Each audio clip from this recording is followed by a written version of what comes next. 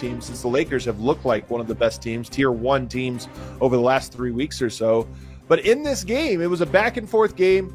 Both teams had leads, really well played. The Celtics pulled away pretty big in the third quarter, 29-13 third quarter. Lakers battled back.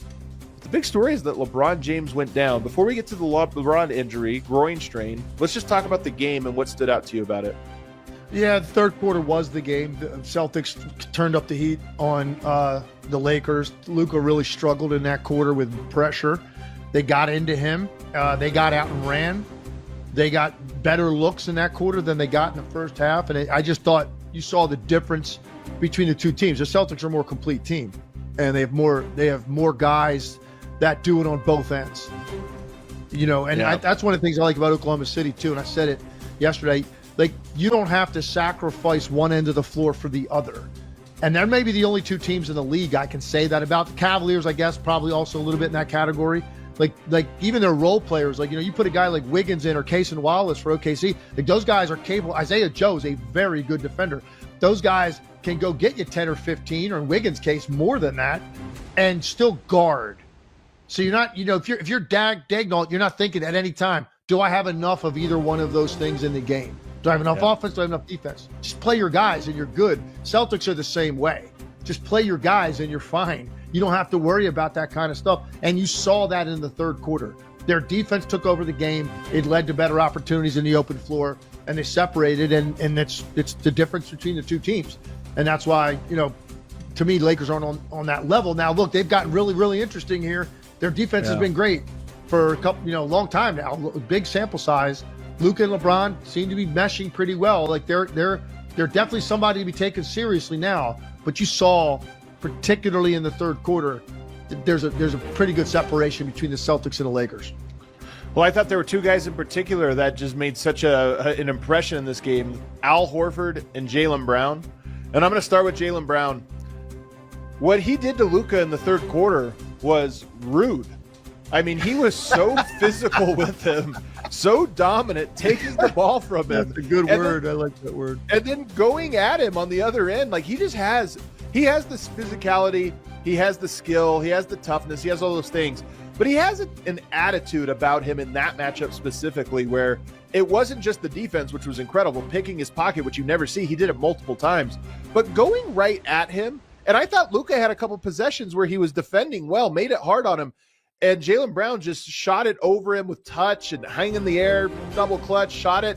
And it just was so confident in that matchup against Luka that it almost felt personal. It did. I agree with you. And I think Luka, his persona, his demeanor make you want to make it personal against him. Especially like these bigger, more athletic forwards that can get into him. You have to have strength to play Luka. You can't get by with length and quickness. It just doesn't. He is not fazed by length and quickness. Just ask Minnesota last year, what Luka's able to do to them. Ask OKC too. Like he's not bothered by that, man. You better be strong as a truck, but have lateral quickness too, and that's exactly what Jaylen Brown brings. So just the way he conducts himself and carries himself, he's going to lend itself to guys making it personal. And you feel and sense that he's not moving very well to get around you, and you can really get up into him 35, 38 feet from the basket. He had a problem dealing with that yesterday. And he put up numbers and half decent stat line. I didn't think it was indicative of the way he played or really the game overall. I thought Boston, they chewed him up a little bit. And you're right. I love the word rude. I'm going to use that. And then Al Horford was the other guy, both on LeBron and on Luka. The ability to switch your big out onto one of those guys and hold their own, that's such a big part of it. And this was one of his better defensive. I mean, he's always good defensively, but this was one of the more impressive ones because of who he was stopping. It's funny. Did you hear also, Horford, listen, he's one of my favorite players of his entire time he's been in the league. I'm such an admirer of Al Horford. He's the ultimate professional. He was an undersized center for years in this league. Now, not so much because most of team centers are playing on the perimeter, so it's finally caught up to Al Horford. And I'm not saying he was a perimeter player early in his career, but he just was guarding much bigger players taller players, and he never complained about it. He's a hard hat mentality.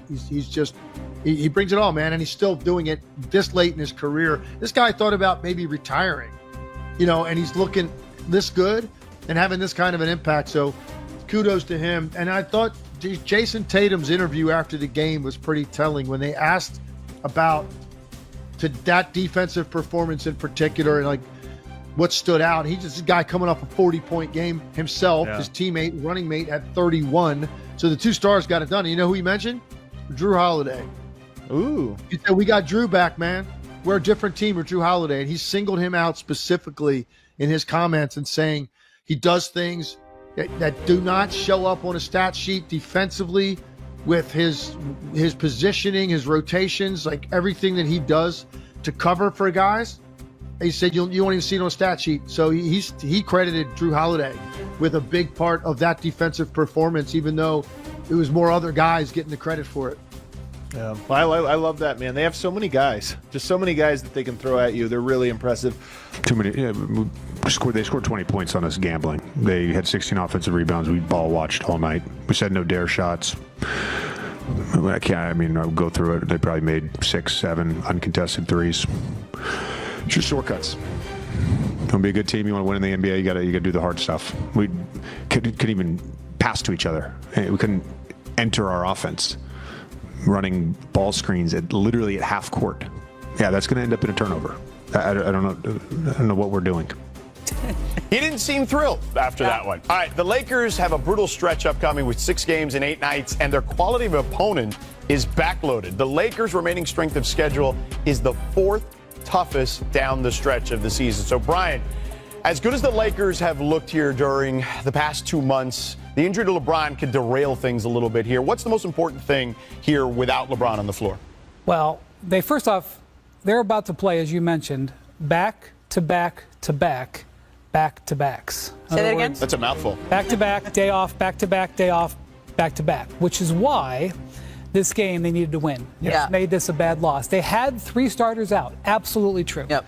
But if they were going to lose, you wanted to lose to the Nets playing brilliantly. They lost because they played sloppily. So they're going to take some losses here. Even if LeBron was healthy, he probably would have sat out some of these games and they might have lost them. Maybe they'll win them. The 5 and 7 days are all at home next week. They're great at home. Maybe they will, get some games that maybe they won't. So as a result, the reason I think JJ is taking this note to call his team out, first off, before these last 2 games, they'd won 20 of 25. It's not an opportunity for the coach to really correct the players much. So I think part of that's the other thing is that JJ knows they need to be precise. They can't have much of a margin for error during this stretch. Yeah, I think I'm with you. I'm not going to panic so much that we're going to lose a bunch of these games. Yeah. If I'm the Lakers in the short term, what I'm doing here is a little bit of schedule watching, a little bit of standings watching here. What I want to do coming out of this, I don't want to be playing Golden State in the